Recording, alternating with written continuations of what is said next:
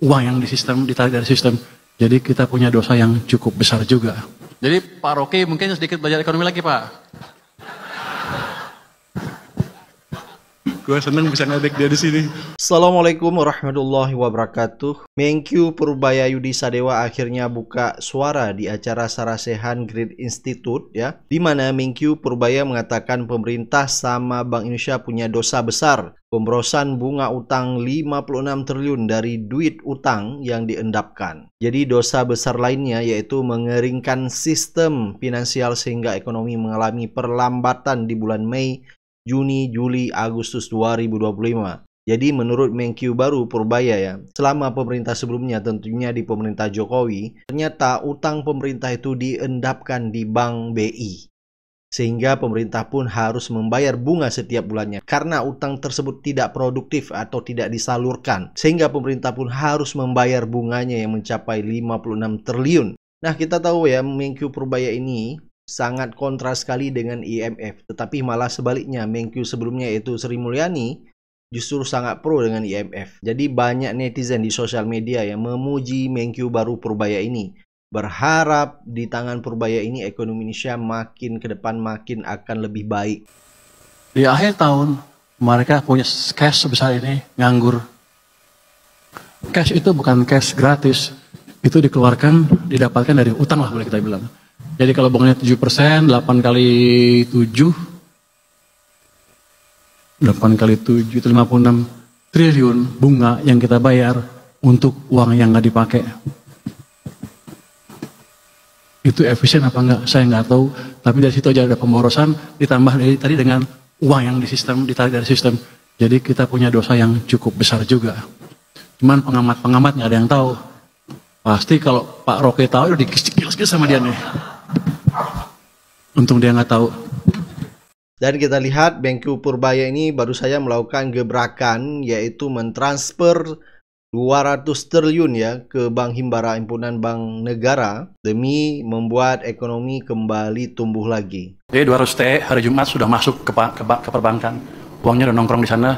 Sekarang saya duga para dirut bank pusing mau nyalurin kemana. Tapi saya pikir dengan cara itu paling enggak kalau mereka belum bisa nyalurin karena mereka punya uang lebih, dia nggak akan perang bunga lagi, bunga akan cenderung turun, itu akan berdampak ke ekonomi dengan itu sendiri ya. Bisa bunga pinjaman turun, bisa juga bunga deposit turun, yang jelas cost of money turun. Jadi yang punya uang nggak ragu untuk belanjain, yang mau pinjam ke bank nggak ragu untuk pinjam. Seperti saya naruh uang di bank, suka-suka saya sampai kapan. Muter di situ supaya muter di perekonomian. Biar banknya mikir, tambah nanti kita lihat kondisinya. Karena aja udah pusing lu minta tambah.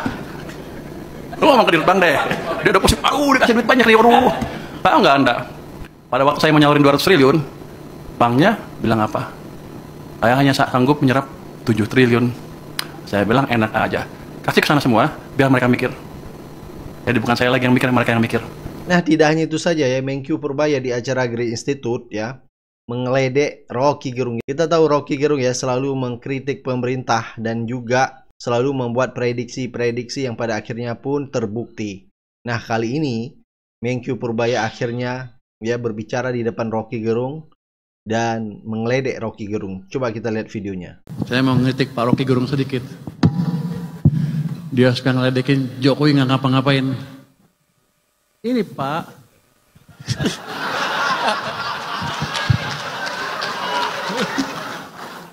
Kalau di sana kan dia berkuasa, di sini saya berkuasa. Jadi ini dipaksa intervensi langsung oleh presiden sampai ke sana. Jadi Presiden Jokowi itu berjasa buat kita, walaupun di sampingnya ada saya sih. Tapi setelah itu diturunkan lagi seperti ini. Seret. Ini yang Anda rasakan berapa tahun 2003-2004 pertengahan sampai akhir tuh ekonomi susah lagi. Keluarlah Indonesia suram dan lain-lain. Bukan dari politik tapi dari ekonomi yang dibunuh penyebab utamanya. Jadi Pak Rocky mungkin sedikit belajar ekonomi lagi Pak. Gue seneng bisa ngedek dia di sini. Soalnya Pak Rocky setiap itu saya lihat tuh pidato Anda di itu menarik sekali, jadi saya ikutin ahli filsafat. Mumpung bisa kritik, saya kritik di sini. Kemarin sampai April sudah membaik. Makanya saya bilang ekonomi bagus, nggak usah takut. Tapi habis itu dibuat sini sampai ke sini. Banyak pemecatan pegawai kan pasti. Rakyat hidupnya makin susah dan kita nggak peduli waktu itu ya. Nggak terlalu peduli, turunlah ke jalan masyarakat kita.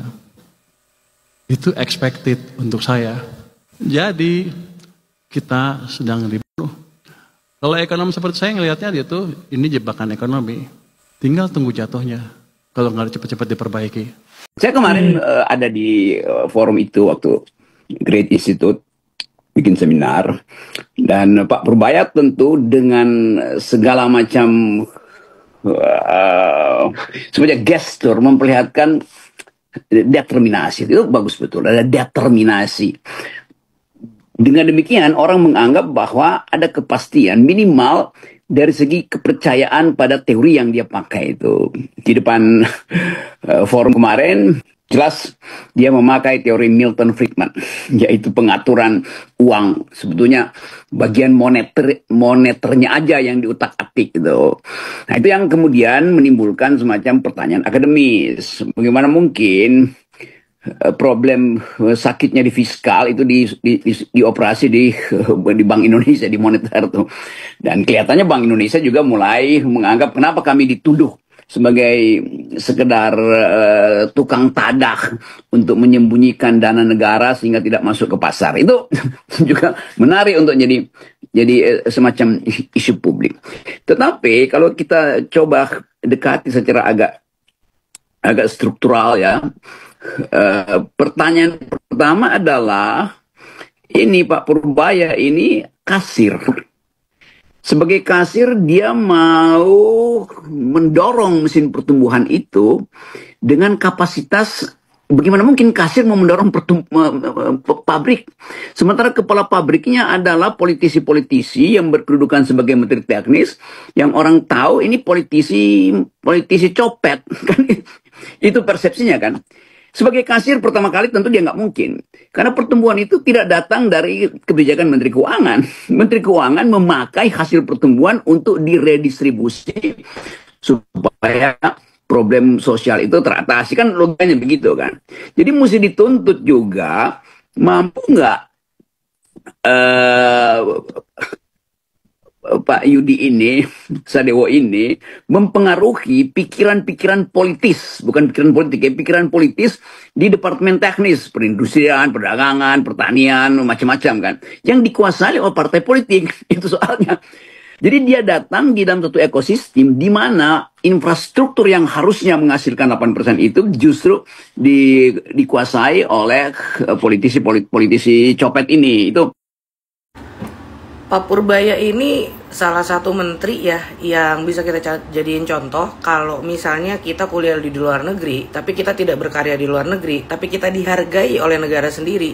Akhirnya teman-teman bisa lihat bahwa pola atau misalnya tata cara bicaranya itu berbeda banget, tata cara pandangannya itu berbeda banget gitu. Dibandingkan dengan orang-orang yang selama ini mungkin sekolahnya di Indonesia gitu, dengan memiliki kredit atau misalnya memiliki lulusan atau ijazah dari dalam negeri seperti itu. Jadi tata cara pandangan orang luar itu tactical gitu. Jadi buat teman-teman kalau misalnya saat ini ngomong ya percuma Pak kalau misalnya kita cuma ngeliat grafik doang, tapi nggak ada perkembangannya. Ini lagi diusahain malih. Ekonomi kan pada tahun 2023 sampai dengan tahun 2024 itu kan kita semua ngerasain tuh bahwa ekonomi itu berada di bawah gitu kan. Nah ini lagi dipaksa naik nih, karena pada saat itu Pak Purbaya belum kenal sama Bapak Presiden Prabowo pada saat itu. Makanya Pak Purbaya pada saat itu datanglah ke rumahnya Pak Jokowi, nanya Pak Jokowi, Pak boleh nggak nih Pak dibantu karena perekonomian ini akan hancur Pak. Pak Purbaya ngomong gitu sama Pak Jokowi, tolonglah Pak bantu. Dengan daya upaya yang Pak Purbaya lakukan, akhirnya Pak Purbaya sekarang ini bisa menggelontorkan uang itu sekitar berapa ratus triliun gitu ya, untuk ditaruh di bank-bank yang ada di Indonesia. Jadi nggak dimendepin terus di BI, disebar cuy sama Pak Purbaya. Sampai BSI aja itu dapetin gelontoran uang itu 10 triliun. Makanya nggak heran kalau kemarin saham naik, ya nggak? Sempat saham turun kan waktu pada saat demo tanggal 25 Agustus sampai dengan 5 September. Nah akhirnya sekarang saham naik lagi. Nah jadi buat teman-teman, kalau misalnya kamu sekarang ini lagi kuliah di luar negeri dan udah mau lulus, terus misalnya udah ada gelar PhD dan bla bla bla bla, balik ke Indonesia, lu tunjukin kemampuan lu sama Pak Prabowo, pasti Pak Prabowo itu akan menghargai lu. Kemampuan lu ada di mana, kira-kira lu bisa diandalkan di bidang apa, lu tolong pulang ke Indonesia, nanti bisa didiskusikan oleh Pak Prabowo. Coba deh, lu gue ngelihat bahwa Pak Prabowo ini agak berbeda ya dibandingkan dengan presiden sebelumnya, bahwa memang betul-betul dimanfaatkan orang yang memang seharusnya duduk di kursi menteri itu adalah orang-orang yang harusnya berstandarisasi seperti Pak Purbaya. Begitu juga berlaku dengan DPR. Kalau semua orang-orang di DPR itu standarisasi pendidikannya itu kayak Pak Purbaya, Indonesia kita aman. Mohon maaf nih sebelumnya tanpa mendiskreditkan siapa-siapa, tetapi kalau kita memiliki lulusan yang sangat amat sekali berkualitas seperti Pak Purbaya, maka pola tata cara kita untuk berkomunikasi dalam memberikan keterangan terkait kemajuan ekonomi atau dalam sektor apapun itu akan lebih clear and loud. Wabillahi taufiq wal hidayah. Wassalamualaikum warahmatullahi wabarakatuh. Ini kegiatan dibuat untuk mendukung saya menjadi ketua LPS lagi. Kata Pak Bangsa Ganda, harus promosi lu Pur. Siap. Jadi kita LPS membiayain kegiatan ini Pak. Rupanya Great Institute ini over deliver. Bukan jadi ketua LPS, tahu-tahu jadi Menq. Jadi saya jadi bingung, Bangsa Ganda gimana ini? Anda salah strategi, kekencengan gasnya, pelanin dikit. Tapi saya bersyukur ditunjuk sebagai Menteri Keuangan, mungkin di posisi ini saya bisa memberi kontribusi lebih banyak dibandingkan di LPS mungkin. LPS juga lembaga penting, tapi duduknya di belakang. Kalau bank-bank jatuh, baru kita bekerja keras. Jadi, tapi di sana gajinya gede. Saya menikmati betul kerja di LPS. 5 tahun, gaji gede, nggak ada bank gede yang bangkrut. Jadi nganggur. Bulanan nggak boleh ngomong itu ya Bu saya Bu ya. Bulanan saya lihat tadi. Jadi waktu dilantik di Kementerian Keuangan, saya tanya ke Sekjen, gaji sini berapa? Sekian. Waduh, turun. Jadi gengsinya lebih tinggi, tapi sepertinya gajinya lebih kecil. Saya insinyur dari ITB, kemudian belajar ekonomi. Kalau insinyur ITB, orang-orang ITB bilang, lu insinyur yang tersesat katanya. Tapi kalau ekonom bilang apa? Kamu ekonom yang kembali ke jalan yang benar katanya. Jadi dua-duanya berguna lah.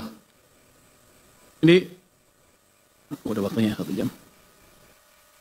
Kita mau lihat transformasi ekonomi menuju pertumbuhan ekonomi 8%. Sebetulnya saya nggak terlalu siap karena kesanak-sini dalam beberapa hari terakhir ini. Jadi ini nggak tahu. Mudah-mudahan masih pas gitu. Tapi ini nggak apa-apa kalau nggak pas. Itu memberikan ruang bagi Pak Rocky Gerung untuk kritik saya habis-habisan nanti. Oke, next. Kita lihat gimana sih kita ke arah sananya. Ini kita melihat tren pertumbuhan ekonomi Indonesia dalam jangka panjang. Itu sebelum krisis 97-98 mungkin rata-ratanya di atas 6, di sekitar 6,5% sampai 6,7%. Tapi setelah krisis 98 kita nggak bisa lari dari 5% terlalu tinggi. Kenapa? Apakah karena kita potensi pertumbuhannya tiba-tiba hilang atau karena kesalahan kebijakan? Next.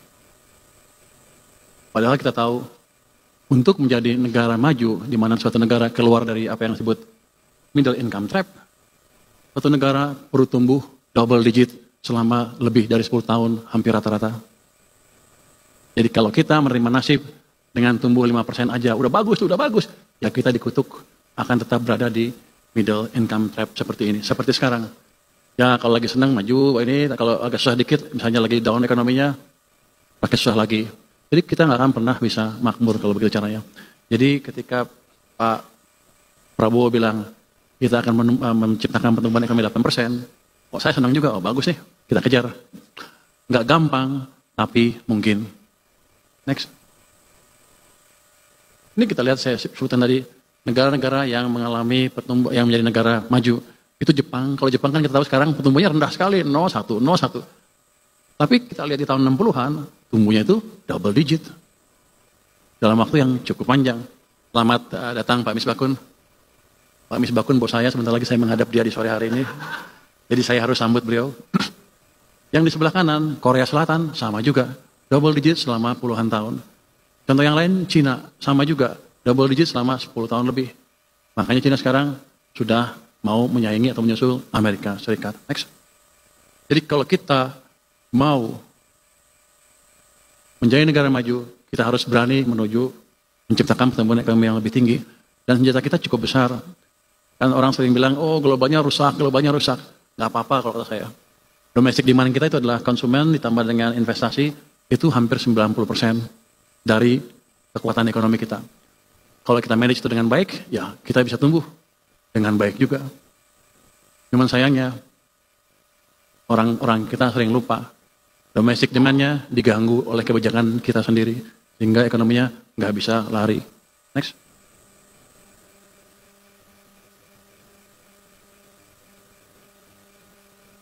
Ada perdebatan. Kalau kita ingin menciptakan pertumbuhan ekonomi yang cepat, siapa yang sebaiknya mendorong pertumbuhan ekonomi? Pemerintah atau swasta? Waktu Pak SBY dulu mengambil alih kepemimpinan, dia cerita tentang buku yang disebut Commanding Height. Itu perdebatan. Menitik Pak Rocky Gerung sedikit. Dia suka ngeledekin Jokowi nggak ngapa.